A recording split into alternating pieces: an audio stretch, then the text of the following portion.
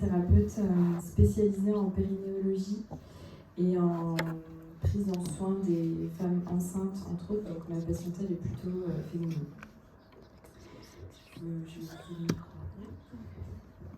Bonjour à toutes et à tous. Je suis Anne Girard, je suis aussi kinésithérapeute spécialisée en rééducation pelvipérinéale, une expertise en gestion de la douleur et donc aussi professeure de yoga. Donc toutes les deux, on va vous parler des conséquences des violences sexuelles sur les corps des femmes. Là, on vous a mis notre thème, en fait, c'est le corps crispé.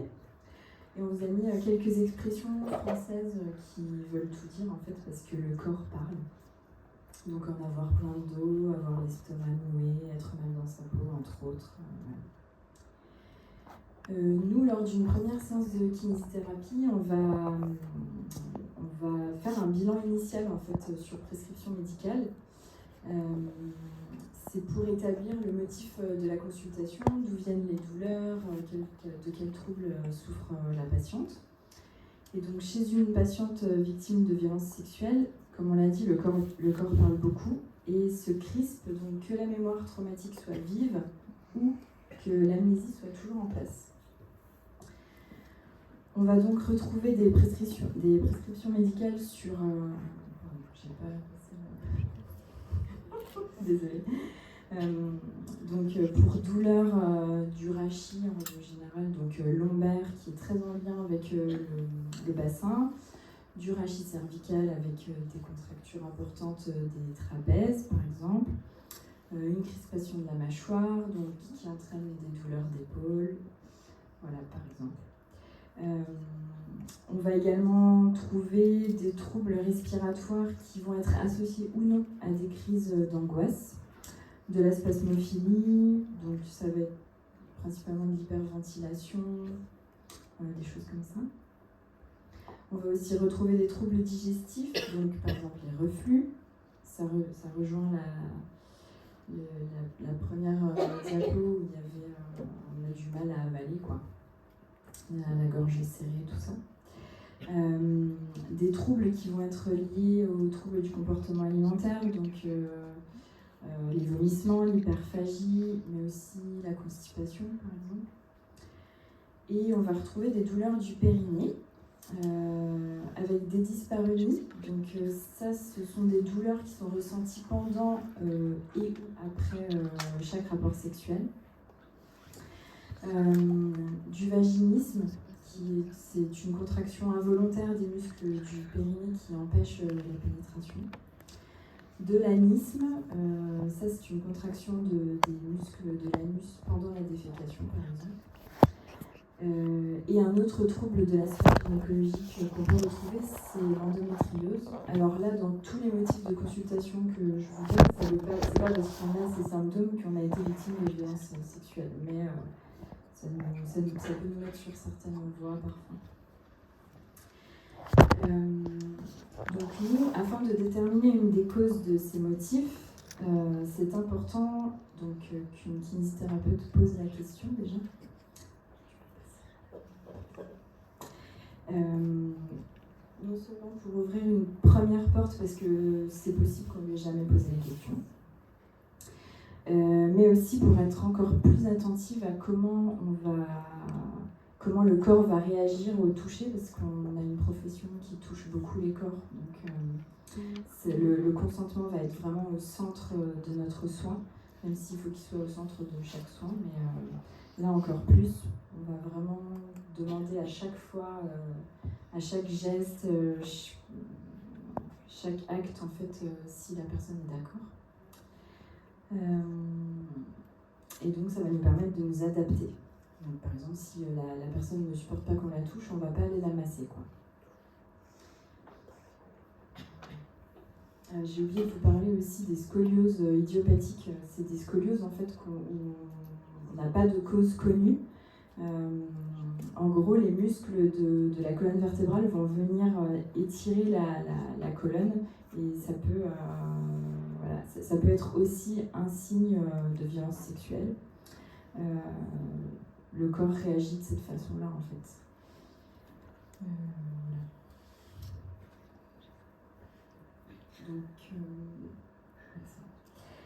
Là, on va se demander pourquoi le corps est une zone de crispation lorsqu'une femme a été victime de violences sexuelles. Donc là, je vais rejoindre ce qu'a dit Caroline juste avant. Lors d'un stress post-traumatique, le système nerveux est dérégulé. Donc l'état de stress permanent se répercute sur le système nerveux autonome, qui est en charge de provoquer la fuite en cas de danger. On peut donc comprendre que le corps, dans ces cas-là, il est en alerte quasi permanente et il ne se détend plus. Donc ça va créer des crispations musculaires qui vont provoquer tous ou certains des motifs que j'ai cités plus haut.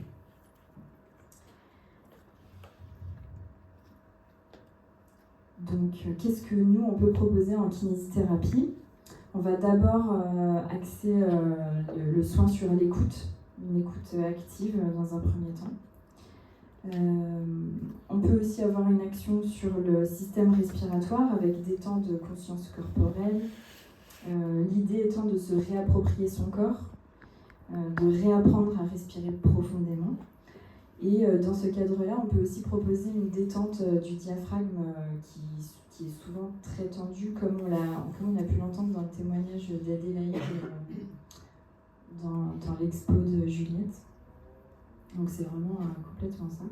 Et bien sûr, on propose la détente du diaphragme si la personne est d'accord, toujours.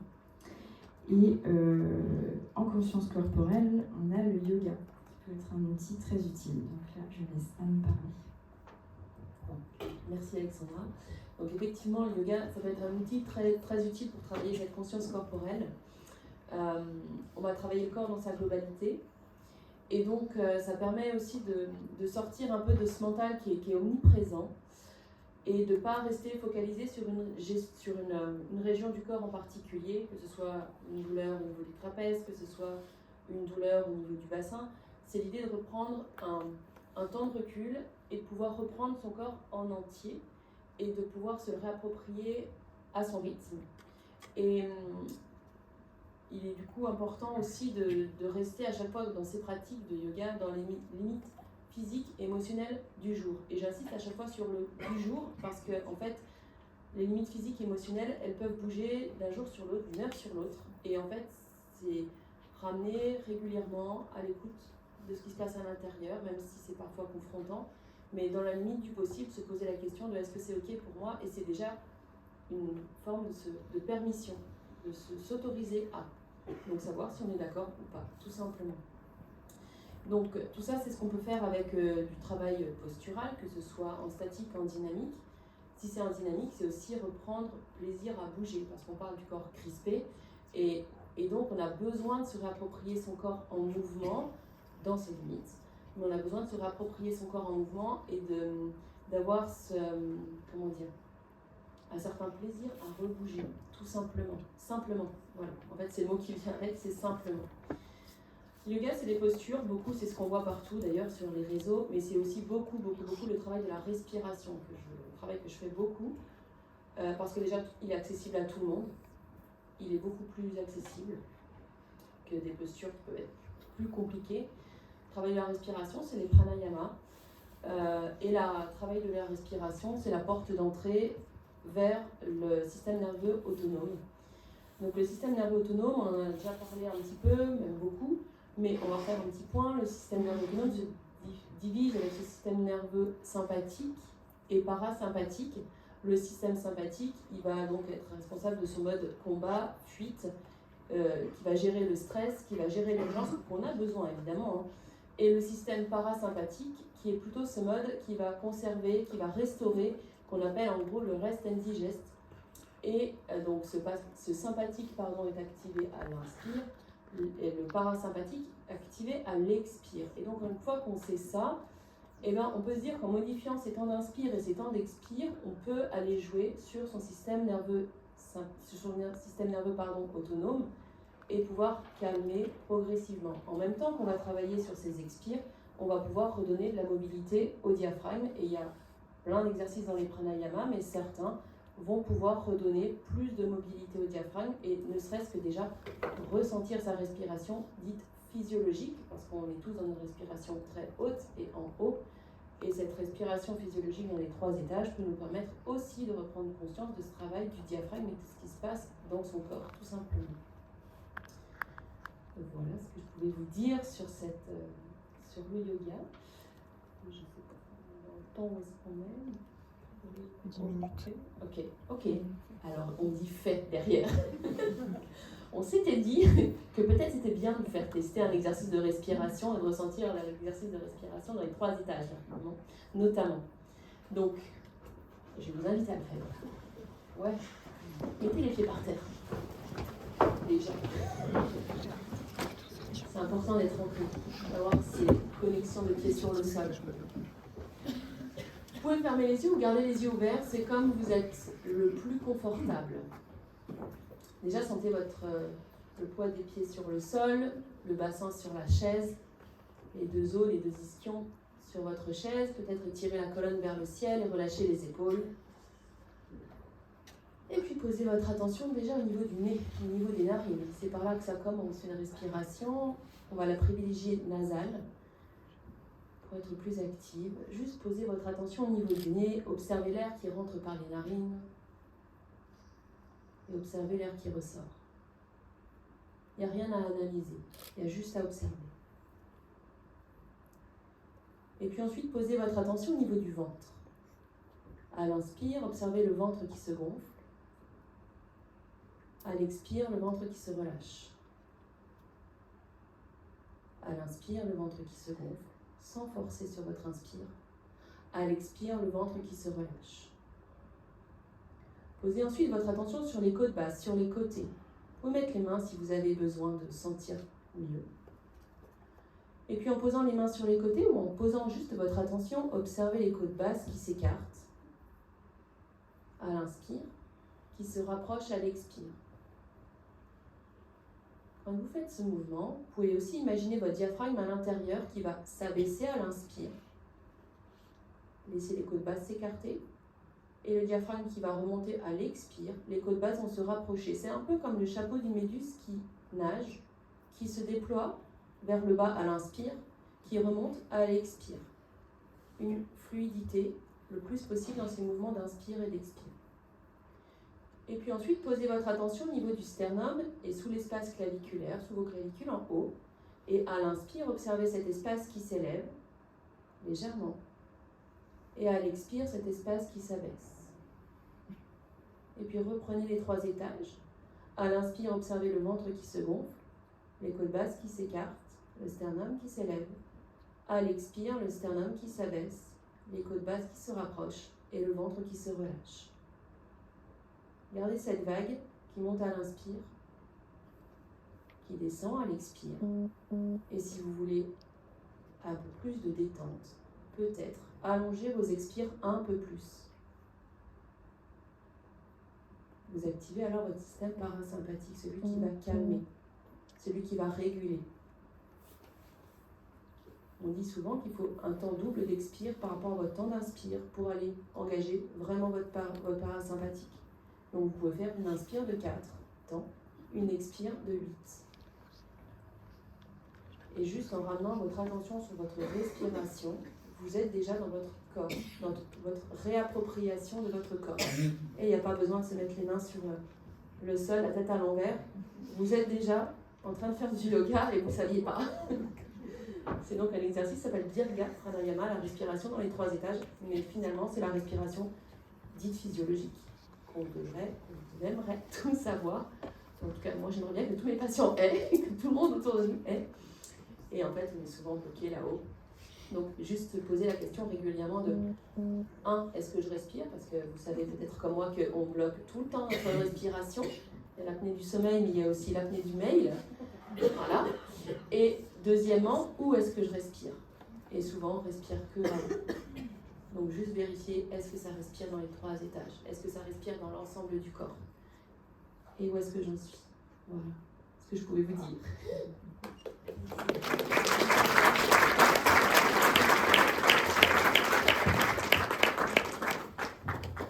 J'aurais dû commencer pour ça m'a étrange. Donc, pour finir sur ce qu'on peut faire aussi en kinésithérapie, donc il y a le massage évidemment, si la patiente est d'accord pour être touchée, toujours. Sachant qu'on a aussi la possibilité de masser en position assise, habillée, en évitant les zones que la patiente nous aura préalablement dit de ne pas toucher, comme par exemple la nuque, le ventre, c'est souvent ces zones-là qu'on retrouve.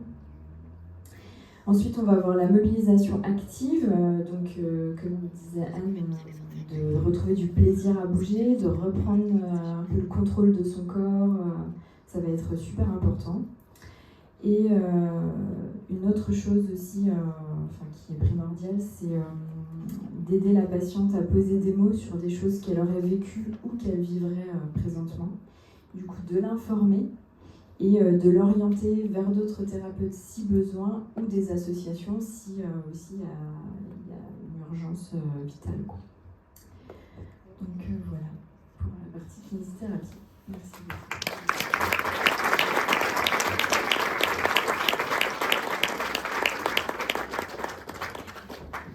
Est-ce que vous avez des questions ?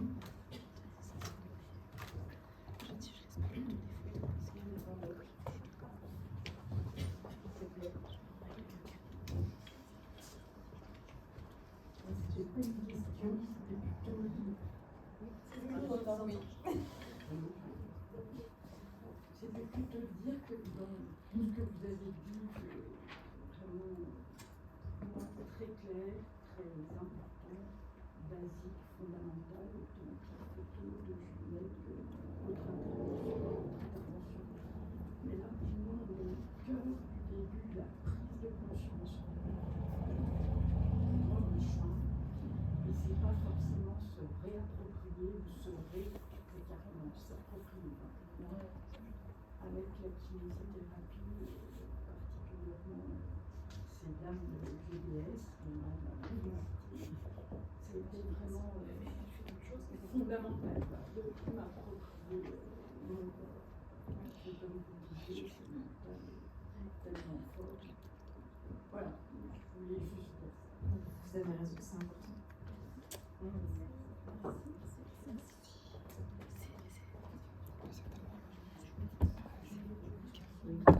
Bonjour. Moi, je voulais juste savoir si il y a les victimes, il y a les co-victimes, et les enfants en particulier, et ces symptômes. Est-ce que vous les retrouvez chez ces crispations, ces choses-là, chez les co-victimes en fait? Tout à fait. Oui. Le corps réagit de la même façon qu'on souhaitait. De la même façon, chaque corps est différent, mais oui, on va retrouver des zones de crispation dans les mêmes endroits. Donc ça va être les épaules, la scoliose idiopathique chez les enfants. Oui, c'est des choses qu'on va retrouver. Le traumatisme, comme je l'ai expliqué tout à l'heure, en étant témoin, voilà, ça a les mêmes conséquences sur le corps. D'ailleurs, on ne dit plus témoin, on dit co-victime. C'est ça.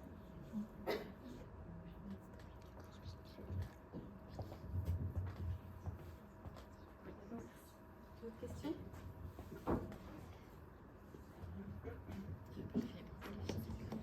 Donc là, on va laisser la place à Sylvoie, qui est sage-femme et sexologue.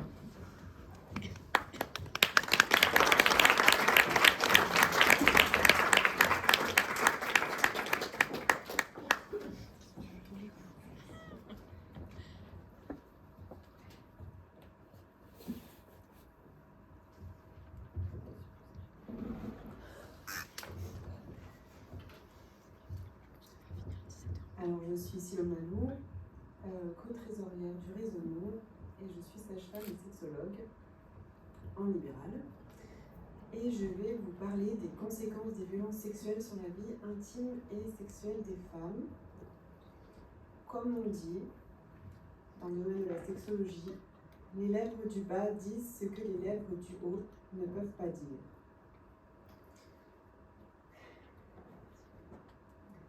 Suite aux violences sexuelles, tous les champs de la sexualité d'une femme peuvent être altérés.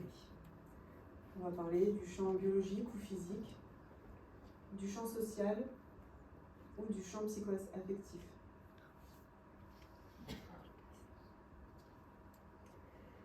Alors, je vous ai mis là une illustration de la vulve pour savoir de quoi on parle quand on parle de physique chez la femme, hein, dans les violences, dans les conséquences de la sexualité. Donc, je vais aborder quelques petits points d'anatomie tout à l'heure, sur la slide suivante. Donc, je voudrais juste que vous observiez sur le bas de l'entrée vaginale, il y a une petite flèche qui indique la fourchette. Autour de l'entrée vaginale et à l'intérieur des lèvres internes, on a ce qu'on appelle le vestibule. Alors au-dessus, vous avez les glands clitoridiens, mais évidemment le clitoris est beaucoup plus grand que ça et va venir avec ses bulbes spongieux de part et d'autre de l'entrée vaginale. Vous pouvez également, il y a derrière la vulve tout l'ensemble du périnée qui est un hamac musculaire. J'ai mis à côté de l'image ce petit symbole qui symbolise la vulve et qui est aussi le symbole féministe.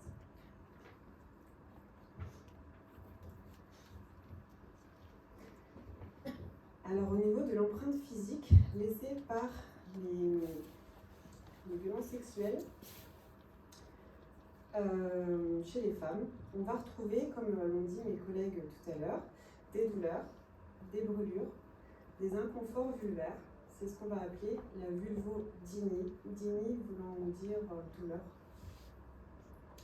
On va aussi retrouver des douleurs, des brûlures au contact ou pendant la pénétration. C'est ce qu'on peut appeler des vestibulodynies, donc douleurs au vestibule. Donc, je vous ai montré la localisation tout à l'heure. Et en examen, en clinique, quand les patients viennent et qu'elles disent qu'elles ont des douleurs à répétition, à chaque rapport ou à certains rapports, etc., on va pouvoir diagnostiquer une vestibulodynie sur le fait qu'elle ne soit présente qu'au contact. Et donc, à l'examen gynéco, on va pouvoir poser simplement un petit coton-tige à certains endroits de la vulve qui vont déclencher la même douleur que pendant les rapports et qui vont pouvoir diagnostiquer la vestibulodynie. Ça va se traiter par des relâchements du périnée, par une petite désensibilisation locale pour couper le cercle vicieux de la douleur avec un anesthésiant local. Voilà. Et il y a aussi donc, le vaginisme, comme l'ont dit mes collègues kinés tout à l'heure. Le vaginisme, c'est donc une contraction involontaire des muscles du périnée rendant la pénétration vaginale impossible. Elle peut être situationnelle, elle peut être totale, partielle, primaire ou secondaire. Donc primaire, ça veut dire qu'elle a toujours existé. Secondaire, ça veut dire que la pénétration a été possible à un moment donné et puis qu'un beau jour, elle ne l'est plus. On va aussi retrouver, suite aux violences sexuelles, des lésions clitoridiennes, des névralgies pudendales. Alors, le névralgie pudendale, c'est une douleur au niveau du nerf pudendal, qui veut dire nerf de la pudeur ou nerf honteux, innervant l'intimité, notre zone intime. On va aussi retrouver des fissures vulvaires dans les conséquences directes des violences sexuelles. Alors les fissures vulvaires, elles vont surtout se retrouver à ce moment-là au niveau de la fourchette que je vous demandais d'observer tout à l'heure. Et évidemment, on va retrouver des infections sexuellement transmissibles et je peux penser notamment à l'herpès génital dont on parle peut-être pas beaucoup mais qui est extrêmement douloureux. Et donc, le plaisir face à toute cette douleur,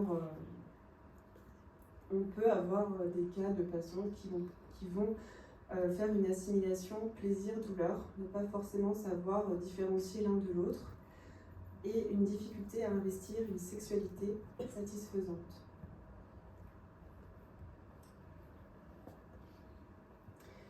Alors, les conséquences des violences sexuelles dans la vie des femmes va se retrouver aussi dans la relation affective. On va retrouver une difficulté d'attachement, une difficulté à aimer ou à faire confiance à l'autre ou aux autres, et une anesthésie émotionnelle, comme on l'a expliqué tout à l'heure dans le psychotrauma, donc qui va forcément se retrouver aussi dans la relation affective. Et à l'inverse, on peut aussi retrouver totalement le contraire, l'hyperattachement, la dépendance affective, rechercher l'amour de l'autre dans la sexualité, donc peut-être un besoin de rapport sexuel très fréquent pour se combler, se remplir d'amour. Dans tous les cas, toutes les violences sexuelles vont mener à une diminution de la confiance en soi et de l'estime de soi, et ainsi qu'une diminution de l'assertivité sexuelle. Alors, assertivité sexuelle, ça va se définir par la diminution du coup l'assertivité sexuelle, c'est la capacité à s'exprimer, à défendre ses droits, ses opinions, sans empiéter sur ceux des autres. Et donc, il y aura une diminution de l'assertivité sexuelle.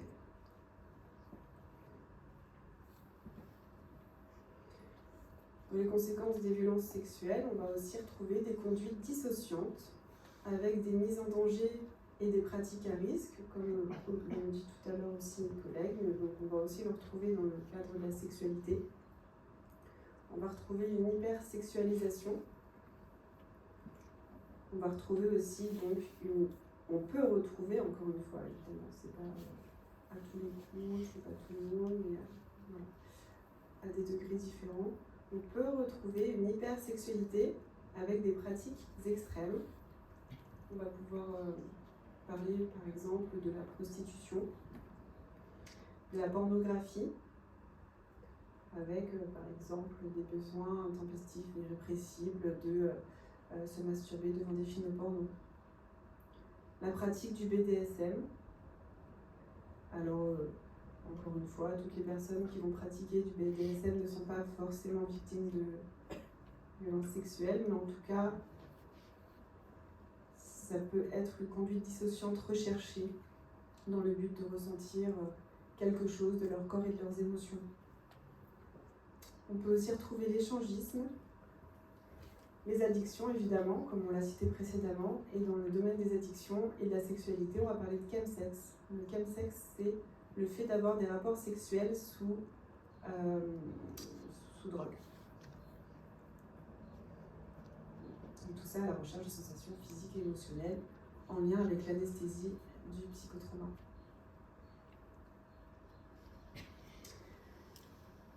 Alors en sexologie, on va aussi parler dans les troubles du plaisir, particulièrement, ou du désir surtout, la désincarnation.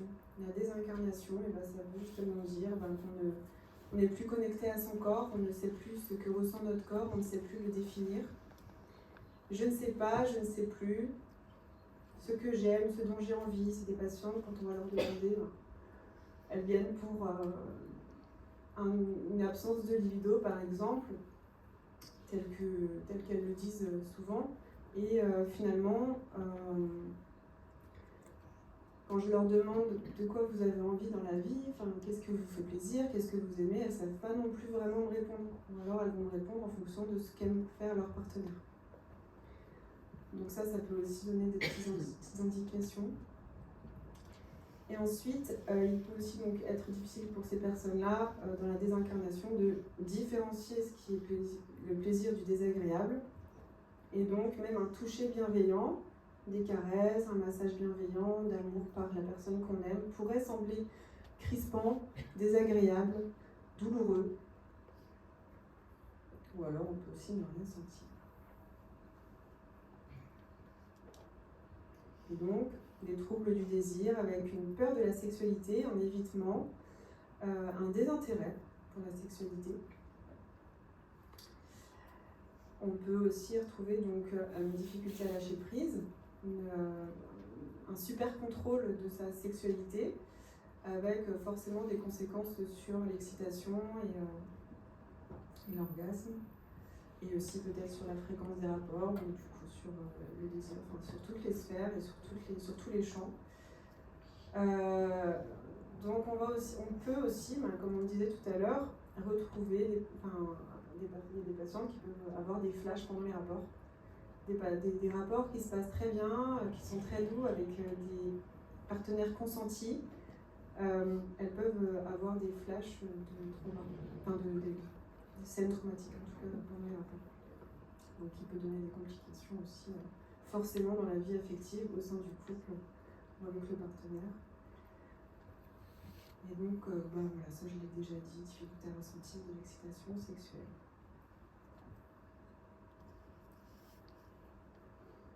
Alors j'ai aussi rajouté ce sujet de la procréation, puisque c'est directement en lien avec la sexualité, et que c'est surtout l'histoire de certaines patientes, dont une qui a été incestée par son frère pendant son enfance, et qui aujourd'hui a mon âge et en couple depuis de longues années, se sent incapable de porter un enfant dans cette partie du corps qu'elle dit souillée, douloureuse, qu'elle n'a pas investie, ou qui est mal investie en tout cas, et chez qui avoir un truc en soi peut sembler impossible.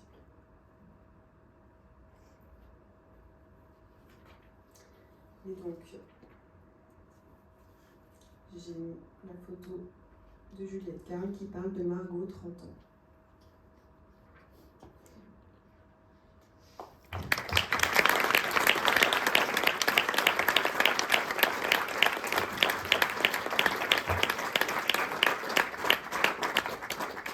Est-ce que vous avez des questions?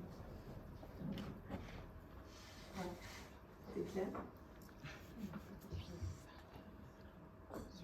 Alors, je vais passer la parole Pour la dernière intervention.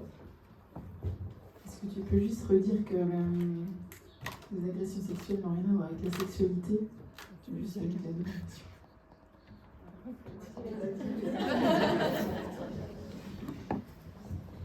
Et du coup, je laisse la parole à Charlotte Lallemand, qui est gynécologue obstétricienne et coprésidente du réseau NON.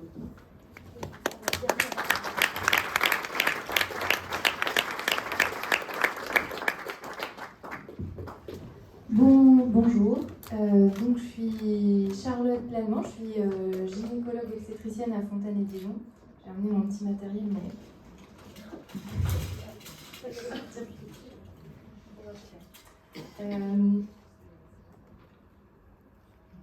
Les violences faites aux femmes, on l'a vu, vont avoir de nombreuses conséquences sur leur santé psychologique, leur santé physique, leur santé sexuelle, mais aussi sur leur santé obstétricale, donc sur les grossesses, la naissance aussi, et sur leur santé gynécologique, leur santé de femme. Les violences vont donc entraîner des symptômes qui vont amener les femmes à consulter des professionnels de la santé féminine. Parfois, au contraire, les violences qu'elles ont vécues, au sein même des maternités ou dans des cabinets de gynécologie, vont les empêcher d'avoir recours à des soins en gynécologie. Elles ont peur d'être une nouvelle fois touchées, une nouvelle fois regardées, une nouvelle fois humiliées et une nouvelle fois pas crues pour ce qu'elles ont à nous dire de leurs symptômes, par exemple. Donc aujourd'hui, j'ai voulu vous parler de ça, vous parler du suivi gynécologique et comment on le réalise académiquement et comment on pourrait le réaliser différemment, nous soignantes, en nous adaptant dans nos consultations pour permettre aux patientes un meilleur suivi. Donc, qui est-ce qui peut proposer des soins en gynécologie? On a les gynécologues obstétriciens, il y a évidemment les sages-femmes qui peuvent faire tous les suivis gynécologiques, physiologiques et les suivis de grossesse physiologique, la contraception, et puis parfois les échographies, la sexologie également. Et puis les médecins généralistes, puisqu'il y a souvent des médeciennes généralistes qui sont formées en gynécologie et obstétrique. Et ça s'adresse à qui? Donc ça s'adresse à toutes les personnes qui finalement ont un corps féminin ou avec des attributs féminins. Des seins, une vulve, un vagin, un utérus et des ovaires. Ça s'adresse à toutes ces personnes à partir de l'âge de la puberté et jusqu'à la fin de sa vie, puisqu'on peut tout à fait continuer d'avoir un suivi gynécologique. Il n'y a pas de date de péremption. Ça s'adresse aux personnes qui ont une sexualité ou pas. Évidemment, si on n'a jamais eu de rapport, on peut quand même consulter un personnel soignant en gynécologie. Si on est vierge, eh bien, normalement, on ne devrait pas avoir d'examen gynécologique, évidemment. Donc le fait de ne pas être actif sexuellement, ce n'est pas un critère pour arrêter de consulter. C'est pour toutes les personnes, quelle que soit leur orientation sexuelle aussi. Il n'y a pas de barrière par rapport à ça. On peut tout à fait... il faut d'ailleurs avoir un suivi aussi si on n'est pas hétérosexuel. Ça s'adresse aux personnes qui ont un désir d'enfant ou non. C'est pas, si on ne souhaite pas d'enfant, on doit quand même on peut se faire suivre évidemment, et on ne doit pas se faire refuser un suivi sous prétexte qu'on ne veut pas avoir d'enfant. Et on peut même aller jusqu'au souhait de stérilisation qui devrait, c'est à partir de l'âge de 18 ans, on a le droit. Personne ne doit se voir refuser cet acte. Et bien sûr, toutes les personnes, quelle que soit leur validité ou non, et toutes les personnes porteuses de handicap doivent pouvoir avoir un suivi adapté. Et normalement, il ne devrait pas y avoir de discrimination en termes de poids, en termes de couleur de peau et de religion, etc. Comment se passe donc une consultation de gynécologie? Alors déjà, la préparation, première bataille, les poils. Les poils sont les bienvenus en consultation de gynécologie. Ils sont importants pour le milieu vaginal. Si on veut enlever ses poils, on peut, mais il faut le faire pour soi-même. Et surtout pas pour la soignante que vous allez avoir en face. De même que les poils sur les jambes et sous les aisselles ne nous empêchent pas d'examiner la vulve et le vagin. Gardez-les si vous tiennent chaud.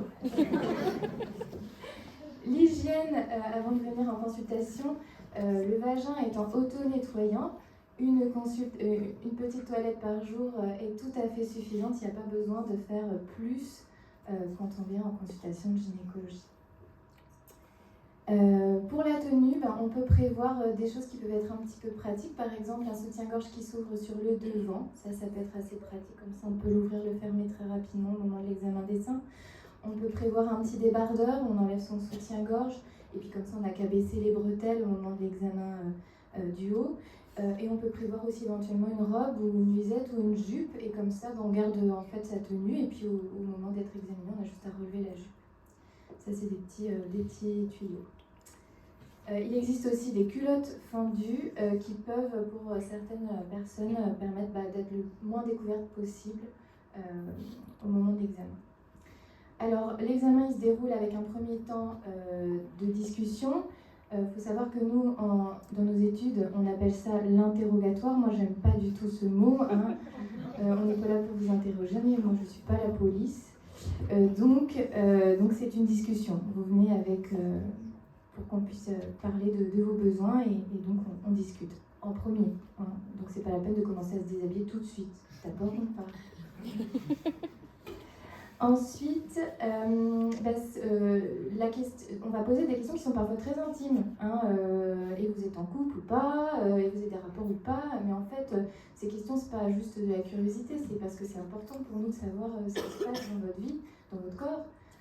On va aussi, j'espère, de plus en plus vous poser la question des violences passées ou présentes pour pouvoir justement accéder à ce continent duquel on est en train de parler aujourd'hui. Tout ce qui se dit dans le cabinet, évidemment, est confidentiel. On est lié par le secret médical et donc, du coup, on peut tout entendre. Et la suite de la consultation va être expliquée. On va vous expliquer comment va se dérouler ensuite l'examen, c'est important. Voilà, ça on doit pouvoir le faire pour savoir à quoi on va s'attendre. Ensuite, il y a la question du déshabillage. Donc, la nudité complète n'est jamais indispensable. Elle peut être choisie. Il y a des femmes qui ont toujours eu l'habitude de se mettre nues entièrement chez le gynécologue et qui veulent continuer à le faire. Donc, évidemment, pas de souci. Mais en tout cas, c'est jamais une obligation. Donc la nudité, elle peut se faire de manière partielle. Donc on peut faire un examen en deux temps, le haut, puis le bas, puis le haut, n'importe. Pour les personnes qui se mettent nues, moi j'ai l'habitude de mettre un petit carré de papier sur elles. Ça ne tient pas chaud, mais ça permet d'être couverte quand même. Et on peut emmener éventuellement un paréo ou une serviette de toilette si on veut pouvoir se couvrir au moment de l'examen. Ensuite, l'examen, alors là c'est très pratico-pratique, mais donc déjà il n'est jamais obligatoire. C'est pas parce qu'on est venu à la consultation qu'on doit accepter d'être examiné. Si ce jour-là on ne veut pas, si cette fois-là c'est pas possible, si on ne se sent pas à l'aise, et ben on doit pouvoir dire non, aujourd'hui je ne souhaite pas être examiné, peut-être une autre fois, et en fait ça ne devrait pas être un problème. Donc l'examen de la poitrine, il se fait sans soutien-gorge, parce que pour pouvoir examiner les glandes mammaires, il faut pouvoir palper directement au contact de la peau. L'examen il est recommandé à partir de l'âge de 25 ans, une fois par an, par un professionnel de santé, une professionnelle de santé. Ensuite, on va avoir la palpation de l'abdomen pour rechercher une masse, rechercher une douleur. Votre professionnel de santé vous demande est-ce que je peux palper votre pose la main sur votre ventre et là depuis peu de temps je mets en place une nouvelle technique, c'est-à-dire que je propose à la patiente, pas toutes, je ne fais pas tout le temps j'avoue, mais les patientes chez qui je sais qu'il y a eu des violences et qu'on est sur le premier examen, je leur propose de poser leurs mains sur la mienne et ensuite je leur demande de retirer ma main activement, donc c'est elles qui prennent ma main et qui l'enlèvent. Et donc je leur dis, vous voyez, vous avez le droit de retirer ma main. Vous avez le droit de me dire d'arrêter de vous toucher et surtout quand vous le ferez, j'arrêterai. Donc ça c'est quelque chose que j'ai mis en place récemment, mais c'est super, ça marche super bien, donc je vais continuer. Ensuite, il y a des positions d'examen. Alors, et la position gynécologique, c'est celle qu'on voit sur la diapo, on voit à droite. Donc on est couché sur le dos. Les jambes écartées, la lumière, plein feu sur la vulve. Bon là, on a de la chance, on a gardé son t-shirt et on a un petit papier sur le ventre, donc on est pas mal quand même. Donc cette position, elle est dite gynécologique. Elle est logique pour le gynécologue. Elle est quand même bien pratique. Et il existe une deuxième position, c'est la position en bas à gauche sur la diapo. On va être, c'est-à-dire à l'anglaise, on va être couché sur le côté, les genoux un peu relevés et donc la soignante elle va se mettre derrière et on va pouvoir faire exactement toutes les mêmes choses que ce qu'on fait habituellement. Ça nécessite juste d'avoir une table qui se met bien à plat. Voilà, mais c'est tout à fait possible et ça se réalise assez facilement. Donc pour regarder la vulve, on met de la lumière parce que c'est quand même important. En plus, c'est très beau la vulve, donc ça peut être en lumière. Ensuite, on va regarder avec le spéculum le col de l'utérus, les parois vaginales, et on va pouvoir réaliser le frottis. Donc le spéculum, c'est un outil, un écarteur vaginal en fait. Donc vous avez là un exemple, il est en plastique, il en existe en métal. Le spéculum existe dans plein de tailles différentes, donc on peut toujours choisir un outil qui soit adapté à l'anatomie de la patiente. Il existe quelque chose qui est un peu un non-sens, qui s'appelle un spéculum de vierge, donc le spéculum le plus petit. Évidemment, il n'est pas fait pour les vierges, puisque les vierges, on ne les examine pas, le spéculum. Mais donc il est tout petit, donc il peut permettre quand même parfois chez des patients qui ont des douleurs, et on peut voir, franchement, chez quasiment plus de 80% des femmes, on peut voir le col avec un tout petit spéculum comme celui-là. Les spéculums en plastique sont plus confortables en général pour les patients, parce qu'ils sont moins froids. Et pour nous, ils sont très pratiques aussi, donc c'est très facile à utiliser. Moi, j'utilise du lubrifiant, je pense que ça devrait être le cas partout. Ce qui permet une introduction qui soit beaucoup plus facile et on peut proposer à la patiente de l'insérer elle-même. Il suffit en fait que nous on le tienne juste comme ça et puis c'est la patiente qui va en fait l'insérer elle-même. Et ça marche très bien et au départ elle nous dit je ne vais pas y arriver. En fait, si, on y arrive. Pas compliqué.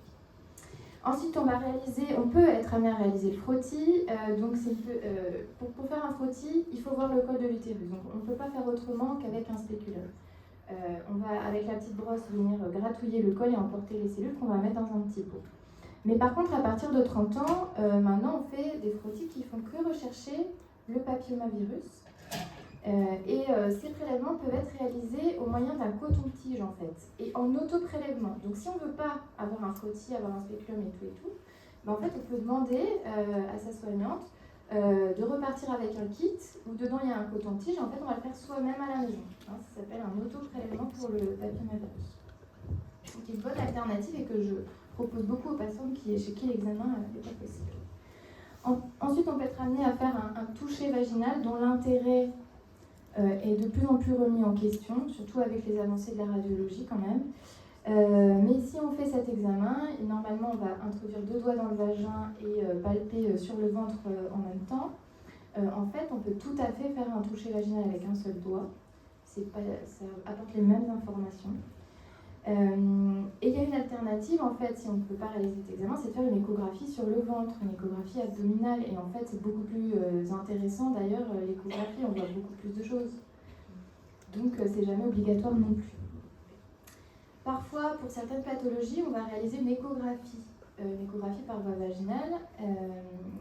Par voie vaginale, on voit beaucoup mieux l'utérus et les ovaires, hein, donc pour les pathologies type endométriose, fibrome, polype, etc. En fait, ça va être quand même très intéressant comme examen, mais ça nécessite de mettre une sonde au niveau vaginal. Donc l'alternative, ça va être de réaliser soit une échographie sur le ventre, mais si on va aller sur des pathologies comme l'endométriose, on va plutôt réaliser une IRM pelvienne qui va être beaucoup plus intéressante et beaucoup plus sensible. Et enfin, on peut être amené à faire des prélèvements pour les bactéries. Donc, le frottis, c'est pour le papillomavirus, mais pour rechercher les infections sexuellement transmissibles, on fait des prélèvements au coton-tige au niveau vaginal. Et bien ça peut tout à fait être prescrit en laboratoire en auto-prélèvement. Donc la patiente va au laboratoire, on lui donne le coton-tige, et en fait c'est elle qui va le mettre. Donc voilà, j'en ai fini de vous raconter un petit peu toutes les adaptations qui peuvent être proposées. Donc finalement, chaque consultation, c'est une soignante, une patiente, et en fait, on fait au mieux pour la santé en fait, de cette patiente-là. L'idée, c'est qu'on puisse avoir un suivi qui soit fait main dans la main. Et on sait que si la confiance est réciproque et si la patiente nous accorde sa confiance, on va avoir un meilleur suivi, une meilleure prévention et une meilleure prise en soin et au final une meilleure santé. Voilà.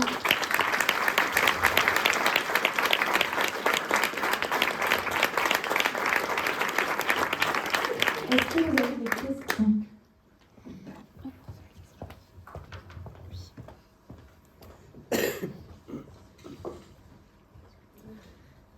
Merci beaucoup pour ton intervention. C'est juste pour vous préciser une petite info sur la stérilisation volontaire. Toutes les personnes âgées de 18 ans et plus, qui ne sont ni mariées, ni qui ont eu des enfants, ont le droit d'y accéder. Mais les gynécologues, ils ont le droit de refuser à la patiente. Le fait où, dans le cas des urologues, par exemple, les vasectomies, ils peuvent aussi refuser. Ce qu'on voit en France, j'entends à côté de moi, c'est comme l'IVG. L'IVG, c'est différent dans le sens où même s'ils ont la cloche de conscience qui leur dit je refuse, ils ont l'obligation par contre de vous diriger vers un médecin qui vous pourra vous faire l'IVG. Par contre, la stérilisation, ils vous disent non, vous êtes trop jeune, c'est terminé, ils ne vous donneront pas d'infos en plus. Donc pour toutes les personnes qui sont intéressées ici, il y a un groupe Facebook qui est vachement bien, qui s'appelle Stérilisation volontaire, qui réunit tous les praticiens en France qui le font sans condition d'âge. Certains le font une condition, genre 40 ans, un enfant, enfin tout est bien écrit, il y a une carte interactive. Et je vous invite du coup à parler autour de vous. Il n'y a pas très longtemps, dans un an et demi que je suis interne, la médecine du travail, quand je lui ai parlé de la stérilisation volontaire, m'a dit mais c'est illégal. Comment vous avez pu le faire à 24 ans? C'est illégal. Donc voilà, pour dire à quel point les gens ne savent pas, même les propres médecins. Et puis merci voilà, pour toutes les consultations gynéco. Il y a un super livre aussi qui parle de ça, sur la bonne consultation, je crois, qui s'appelle gynécologie. Les médecins n'ont pas le droit de faire des choses sans votre consentement, même si c'est un médecin, même si c'est le sachant, c'est toujours consentement. Et il ne faut pas changer de traitement, ça. Il y a donc le livre, je ne sais pas si c'est celui-là dont tu parles, je l'avais apporté, il est sur la table, ça s'appelle Consultation gynéco sans accro. Voilà. Dedans, il y a une étude qui a été réalisée auprès de 1500 personnes qui ont eu des consultations de gynécologie, et donc ça recherchait justement, c'était sur le sujet des violences obstétricales et gynécologiques. Et donc il questionnait les personnes sur, par exemple, est-ce qu'on vous a imposé un déshabillage complet sans votre accord? Et pour des personnes qui avaient consulté un gynécologue, la réponse était à 50% oui. Et pour les personnes qui avaient consulté des sages-femmes, la réponse était à 4%. Et en fait, toutes les statistiques à ce sujet. Et bien en fait, ça montre que les actes sexistes, d'intimidation, de discrimination, viol, etc., c'est 10 fois plus fréquent avec les médecins qu'avec les sages-femmes. Tout ça pour vous dire que du coup, allez plutôt vous faire suivre par les sages-femmes. Vous serez bien mieux reçus. Ou par Charlotte, du coup. Se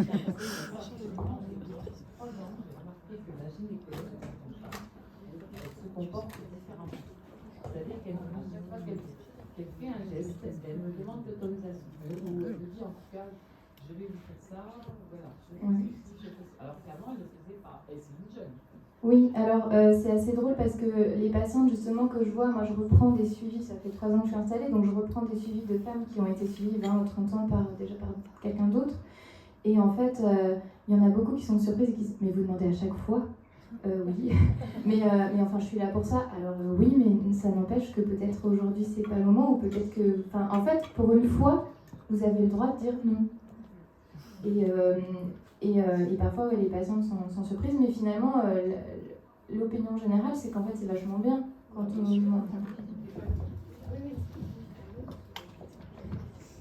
Alors justement, moi, ça rejoint un petit peu ce qu'il avait dit. Vous êtes tout à fait bienveillante. Et je voulais savoir si dans la formation, justement, les choses évoluent. Est-ce que... est-ce qu'il y a d'autres pratiques que ce qu'on connaît de nous? Alors, dans les études de médecine, je crois que c'est vraiment encore survolé, mais on va travailler avec le réseau NOM pour aller en formation initiale avec les étudiants de médecine et pour aller en formation continue, j'espère, avec les internes de gynécologie.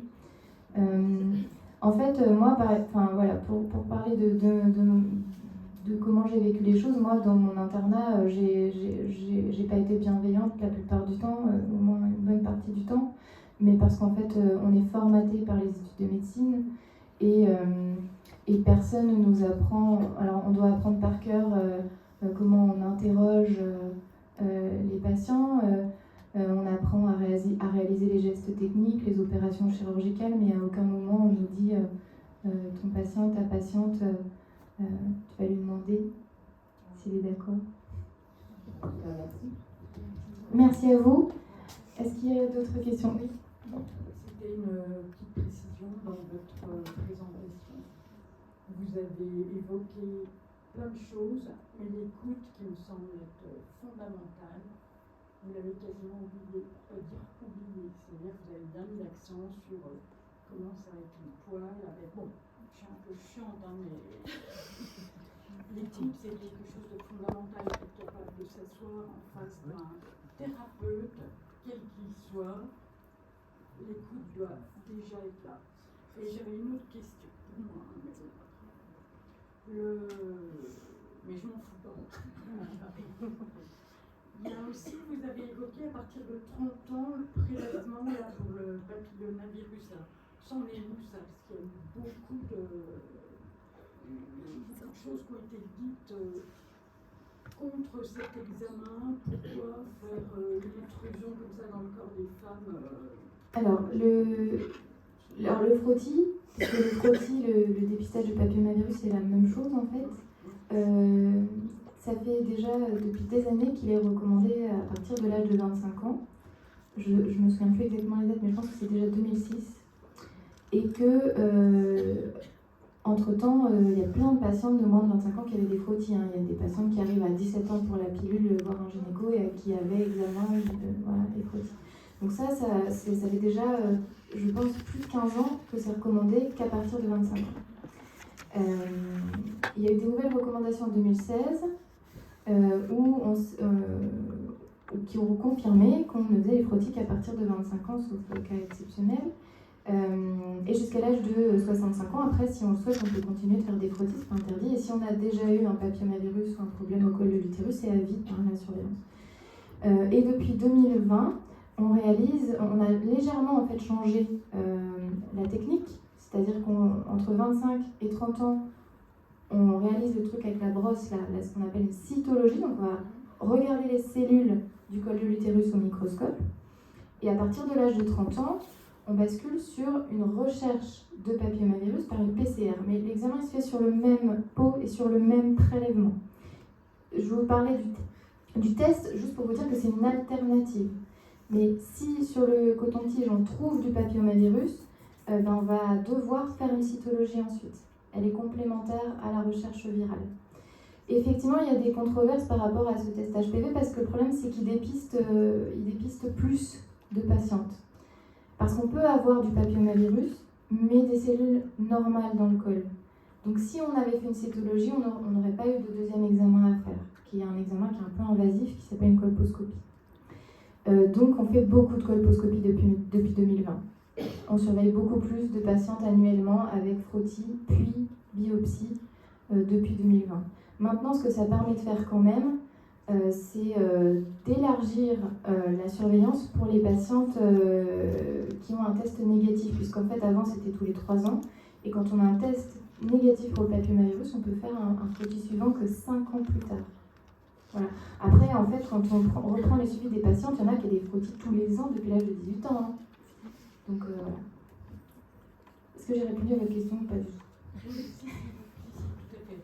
Alors pour en revenir sur l'écoute, j'ai cru comprendre avec les médecins et un gynécologue que j'ai eu depuis que j'ai accouché de ma fille de 30 ans jusqu'à ce que je sois plus dans la société. Non, c'est ça pour ça. Mais je veux dire, l'écoute, c'est quand même quelque chose. Elle disait, on nous oblige à faire une formation, je vais faire une formation sur l'écoute. J'y suis allée avec elle. C'est vrai que c'était un peu délire, quoi. En fait, j'ai bien l'histoire de, quand vous avez une patiente en face de vous, elle vous dit quelque chose, il faut le donner de la tête. Enfin, moi, je sais pas. C'est l'écoute active qu'il faut faire. Oui, voilà. Non, mais d'accord, mais est-ce que c'est expliqué dans les études de médecine? Pas du tout. Voilà. Non, Pas du tout. Absolument pas. Ni dans l'initiale, ni dans la continue. Non. Voilà. Donc, réseau, pour moi, où je vais adhérer, bien évidemment. Non, mais il y a ça, entre autres, début, période d'épuisson, à saluer, justement, son écoute, etc. Et pour chacune d'entre vous aussi, j'avais une question, oui, la contraception, là-dedans, la contraception, la tendresse bordel, mais et la contraception. Oui, alors c'est vrai que c'est une très bonne question, mais c'est vrai que c'était pas vraiment le sujet d'aujourd'hui. Non, oui, mais enfin je veux dire, on pourrait parler de la gynécologie pendant des heures, moi j'adore ça. Mais c'est quoi votre question sur la contraception? Je vous la renvoie, la contraception, elle n'a même pas été évoquée dans votre... Non, mais en fait, on avait 2 heures, on ne pouvait pas parler de tout, donc on a fait des choix. Oui, non, mais juste d'en parler quand même un petit peu en disant, c'est quand même... Ah oui, il faut laisser le choix aux femmes de leur contraception. Voilà. Faut-il la connaissance pour avoir le... Tout à fait, bien sûr, oui. Oui, je suis entièrement d'accord avec vous. Je comprends.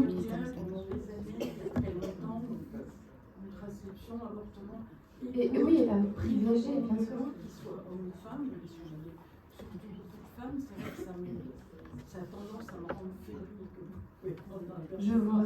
mais c'est pas du tout dirigé contre vous. Oui. Mais n'empêche que je ne l'ai pas entendu. Oui, mais c'est vrai que on a choisi un axe pour ce topo, mais je vous invite à revenir à un prochain événement du Réseau-Non. On pourra parler de ça si vous voulez plus en détail, et notamment sur le choix, puisqu'en fait, on en parlait l'autre jour. Est-ce que vous êtes pour ou contre l'IVG? Est-ce que vous êtes pour ou contre les hormones? Moi, je m'en fous.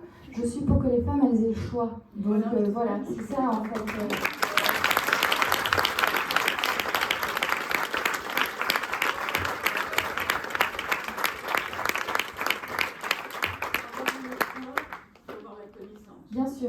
Bien sûr.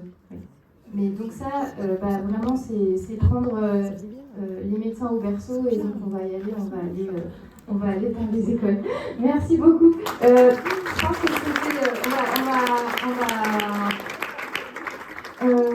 oui. Alors, donc on va terminer cet après-midi. Je vais commencer par vous remercier pour votre présence aujourd'hui. Pour un premier événement, c'est juste magique de voir une salle pleine comme ça. Donc merci beaucoup de vous être déplacés, merci pour votre patience puisqu'on a dépassé un peu l'horaire. Donc merci beaucoup. Merci aux interprètes. Dites-vous merci à vous. Et au réseau santé de nous avoir accompagnés dans l'aventure. C'est vraiment super chouette d'avoir pu rendre l'événement accessible pour les personnes sourdes qui sont avec nous aujourd'hui. Donc merci beaucoup. Merci à l'Espace Baudelaire et à Frédéric Froger pour toute la logistique et puis pour nous avoir permis de venir aussi. Merci à la ville de Dijon, à la mairie de Dijon et à Kildine Bataille qui nous soutient et grâce à elle et à eux, on va avoir des subventions pour pouvoir continuer notre projet d'association. Je voudrais un tonnerre d'applaudissements pour les femmes qui étaient là ce soir, parce que vraiment, on a une équipe de sœurs bienveillantes, féministes, puissantes. Donc merci à Stéphanie, merci à Juliette, merci à Caroline, Alexandra, Anne, Sylvoie, Anne, Jessica et Ophélie. Vous êtes les nouvelles femmes de la vie.